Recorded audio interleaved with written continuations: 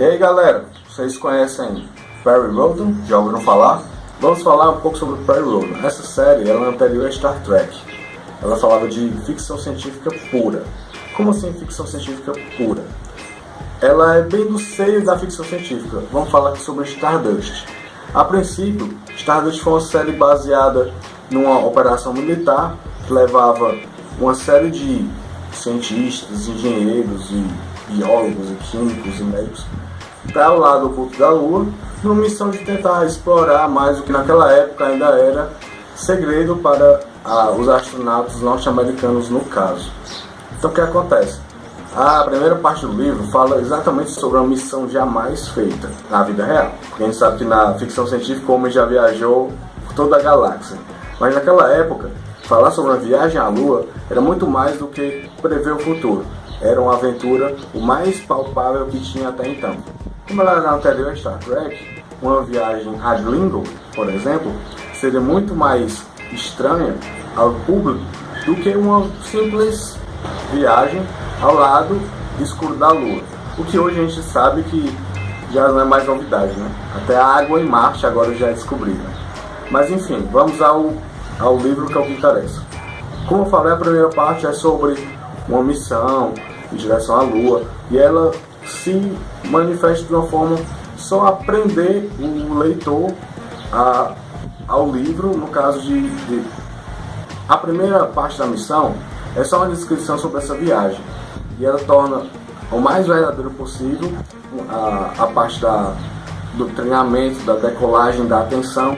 E é legal ver como o autor planejou a viagem de um jeito que mínimos detalhes podem ser usados como metáforas para expressar tanto a operação que foi minuciosamente treinada, como a tensão que envolvia toda a atmosfera relacionada a essa viagem. E ele faz o contraponto com o general Leslie Ponder. Na minha opinião, é o melhor personagem desse primeiro conto, porque ele tem todos os clichês de um militar norte-americano fodão. Ele é impaciente, ele é super inteligente, ele não gosta de ser contrariado e mesmo assim ele está à frente da missão, dando cara a tapa, inclusive para as autoridades terrenas que querem saber o porquê que a missão teoricamente deu errado. Mas sem querer atropelar, vamos por partes. A primeira parte da missão, o autor faz um trabalho excelente de permear com certo suspense e até um humor sarcástico e um pouco ácido sobre o relacionamento entre os astronautas e sobre como eles encaram essa viagem até a Lua. Inclusive, eles procuram pensar em coisas relativas ao cotidiano, tentam pensar em coisas relativas à vida pessoal para poder não imaginar o que pode dar errado na missão, mas dá errado. Bom, pelo menos parece que dá errado, porque ao chegar na Lua, eles pensam que vai ser uma missão de exploração normal, mas são pegos de surpresa por uma interferência de ondas de rádio que acaba cortando todos os serviços eletrônicos, de comunicação e de localização da astronave. No caso, a nave Stardust, que é o que dá título ao conto, ela começa pensam que vão fazer uma missão de exploração normal, só para colher material e mapear partes da Lua que no caso ainda não se sabia como eram. Então ele mostra as escarpas, mostra a poeira em câmera lenta. Aproveitar aqui para abrir um parênteses, isso é um artifício narrativo muito interessante, porque para mostrar a solidão que é a atmosfera lunar, ele aproveita para poder mostrar, descrever como são as escarpas, como os passos ficam gravados no chão, como não tem vento. Então essas coisas acabam formando na nossa mente, enquanto leitor, a percepção do quão hostil é o ambiente lunar. Não é simplesmente um deserto sem gravidade, é um canto onde não tem oxigênio e qualquer deslize pode significar a morte de todos os participantes. Ainda falando sobre a chegada dos astronautas à Lua, é importante ressaltar o seguinte: naquela época, aliás, depois que o conto foi escrito, na verdade, eu vou contextualizar bem vocês, como se vocês não soubessem, mas finge que vocês não sabem. É o seguinte: A corrida armamentista, a Guerra Fria, aquela coisa toda que a gente já sabe, iria acontecer eventualmente, porque existiam as potências americanas e a potência russa. Então, assim, mais uma vez, a ficção científica contou uma história que aconteceu. A princípio, como a Stardust foi lançada pela base militar dos Estados Unidos em Nevada, aquela coisa toda, e eles tinham o interesse de ser os pioneiros em toda a corrida armamentista, tecnológica, e os primeiros na corrida espacial, inclusive, eles acharam que a interferência de rádio que eles tiveram e acabou,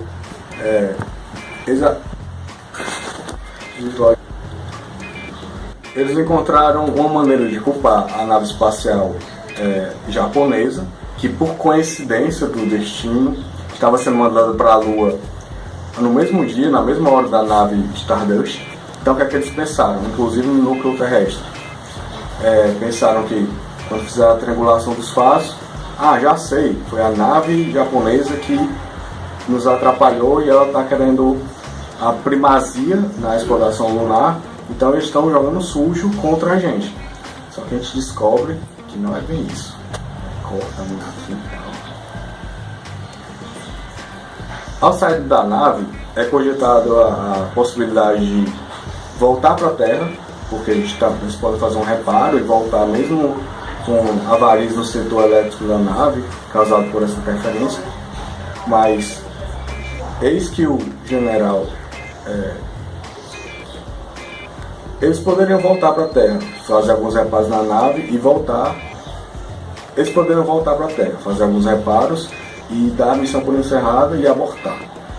Só que o espírito aventureiro da ficção científica, do Perry Rhodan principalmente, falaram mais alto, ele decidiu dar aquela velha explorada na Lua. Então o que é que ele fez? Pegou um dos seus... convocou... O que é que ele fez? Ele convocou... Parece que agora veio o nome do cara. Onde vai? 3, 2, 1... Eu falei 3, 2, 1, Eita, que vamos lá de zoar, viu?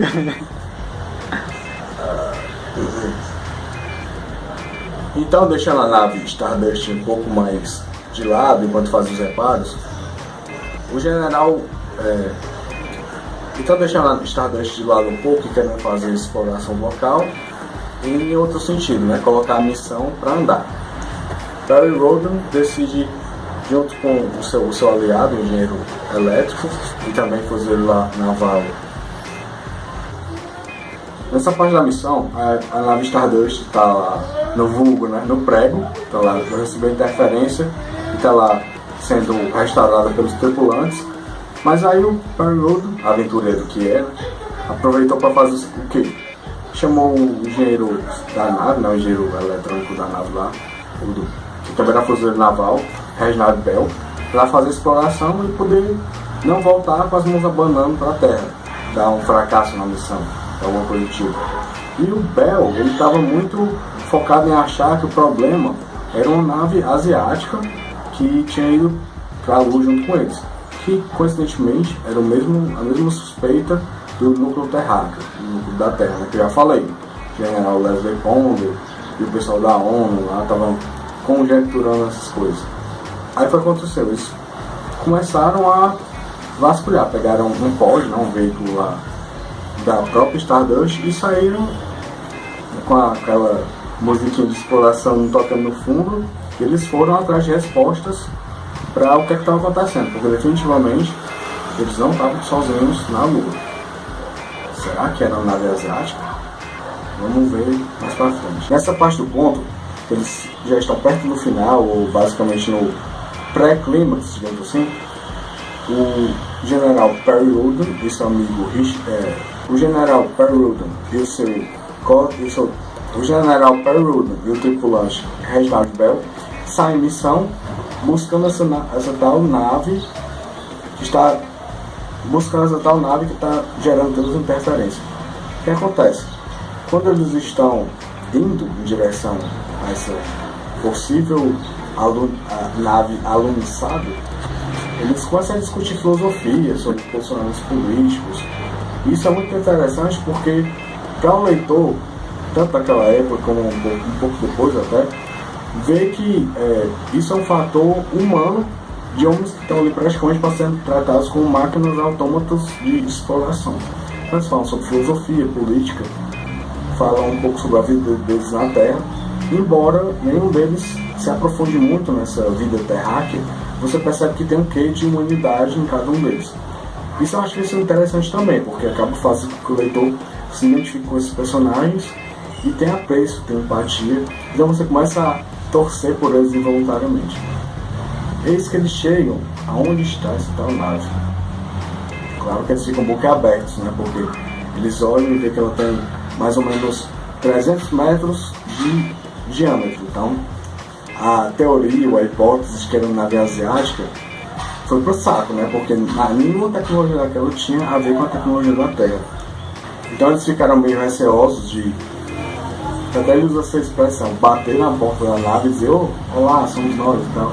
Então eles ficam jogando com essa hipótese, porque querendo ou não, eles podem ser prejudicados pelos alienígenas, mas eles engolem o medo e decidem ir. Aproveitar que o Reginald Bell tinha todo um treinamento com rifles de assalto, então eles se julgavam bem armados para, entre aspas, né, invadir a nave alienígena.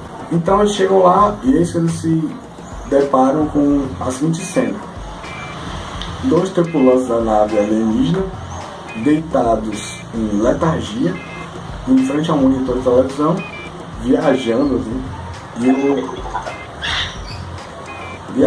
e um deles, que também estava lá, mas não estava tão letárgico, que se chama Crash, ficou curioso, porque ele queria saber qual o motivo que levou os astronautas a irem lá falar com ele, e ele estava agindo com muita naturalidade. Agora vamos parar para pensar. Um grupo de astronautas com treinamento militar estavam na Lua, foram abordados por alienígenas. Eles deviam estar nervosos, isso dá para perceber pela narrativa do conto.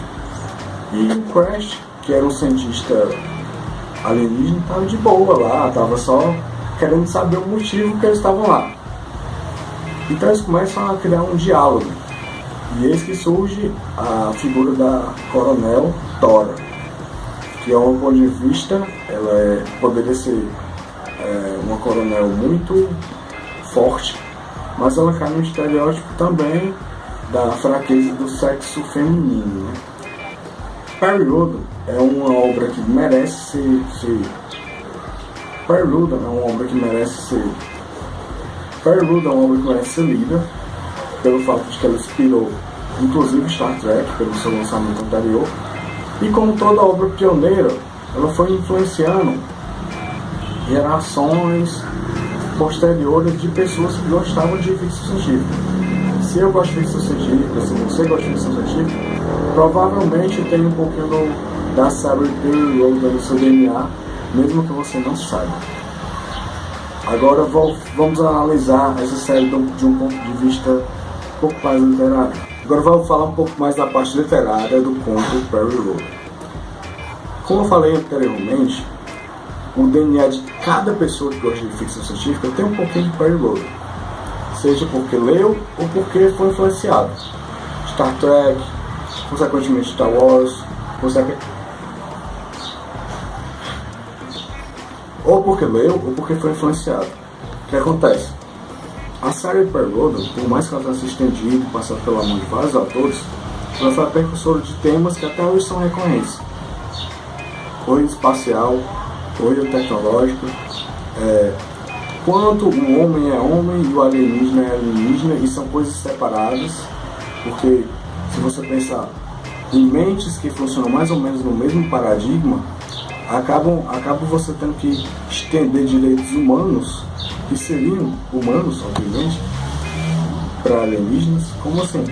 Ok, isso é uma ficção, mas essas polêmicas, essas questões filosóficas são que permeiam e o que torna a ficção científica algo tão atrativo até hoje.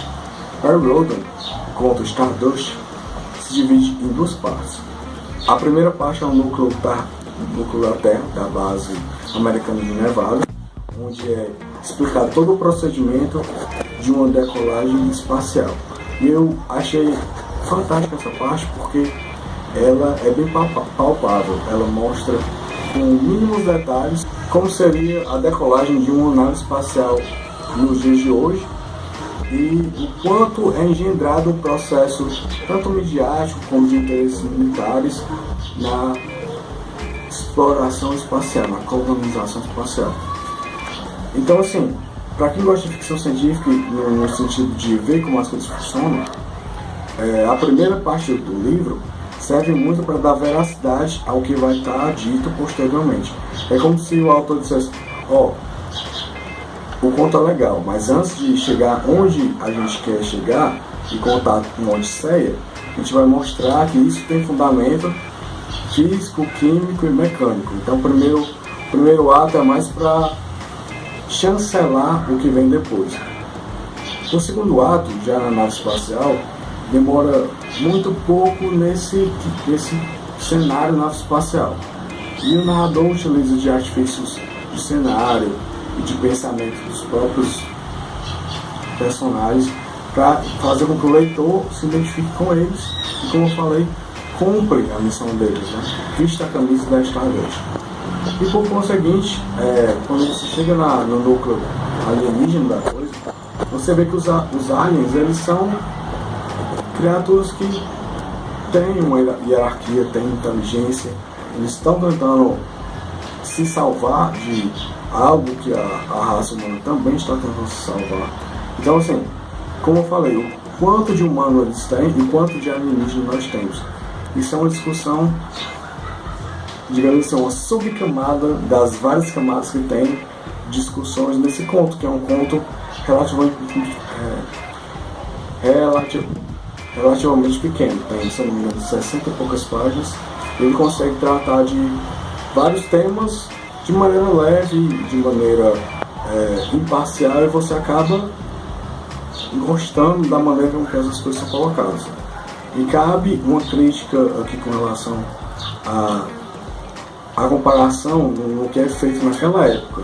Você imaginar que os pontos de Perry Road com mais de 50 anos, você pensa que quando você chega na nave alienígena, tem um mecanismo televisivo que está deixando essa raça em letargo absoluto. Eles querem passar a vida toda deles só no entretenimento nessa televisão. Luzes estroboscópicas e tudo. Eles têm uma reação neles que faz com que eles não queiram mais viver o mundo real. Queiram ficar só visualizando os entretenimentos. Né? Então, naquela época, já é fazer uma crítica às maneiras de alienação que nós humanos temos, de quando a gente acha uma coisa que nos dá prazer, sendo virtual ou não, a gente acaba deixando de viver nossa vida normal para viver essa outra realidade que às vezes causa um prejuízo. E com relação, eu queria fazer também uma ressalva aqui sobre a General Thora, que ela é a, digamos assim, teoricamente ela seria o braço forte e armado dos aliens, né? Ela tem o fator militar ao dispor dela, tem tecnologia, tem armas, e ela gera até uma certa intimidação a princípio. Mas a crítica que eu faço aqui é porque, conversando com Perry Roden, ela começou a se desarmar de uma maneira que eu enquanto leitor, fiquei pensando, poxa, essa aí era a mulher que intimidar, essa aí era, falar fêmea, né? Essa aí era a alienígena que ia intimidar o general, porque ela começa a mostrar fraquezas, inseguranças, e isso é o que torna o diálogo do Perry Roden se transformar de um simples visitante, enquanto ele chegou na nave, ele passou a ser quem dava as cartas. Então esse diálogo também é muito importante, é muito interessante. E trocando em miúdos, galera, eu super recomendo o livro. O livro, no caso, conto, né? E eu acho que a série é muito rica. E como a gente já bateu nessa tecla várias vezes, ela influenciou tudo que a gente tem até hoje. Então assim, se você é um aficionado por ficção científica e quer se chamar de apreciador de ficção científica, você tem uma obrigação moral de ler Perry Roden. Talvez você não entenda de primeira, porque o primeiro conto ele tem umas coisas bem reais que você até se perde em números, em reações físico-químicas, mas depois que você imerge naquele mundo, você quer mais, e você, quando terminar a última página, você fala, acabou, agora eu vou atrás dos últimos. Por coincidência, no blog, aos poucos a gente vai soltando aí os outros contos, então fique com a gente e você vai se deliciar com a série Perry Roden.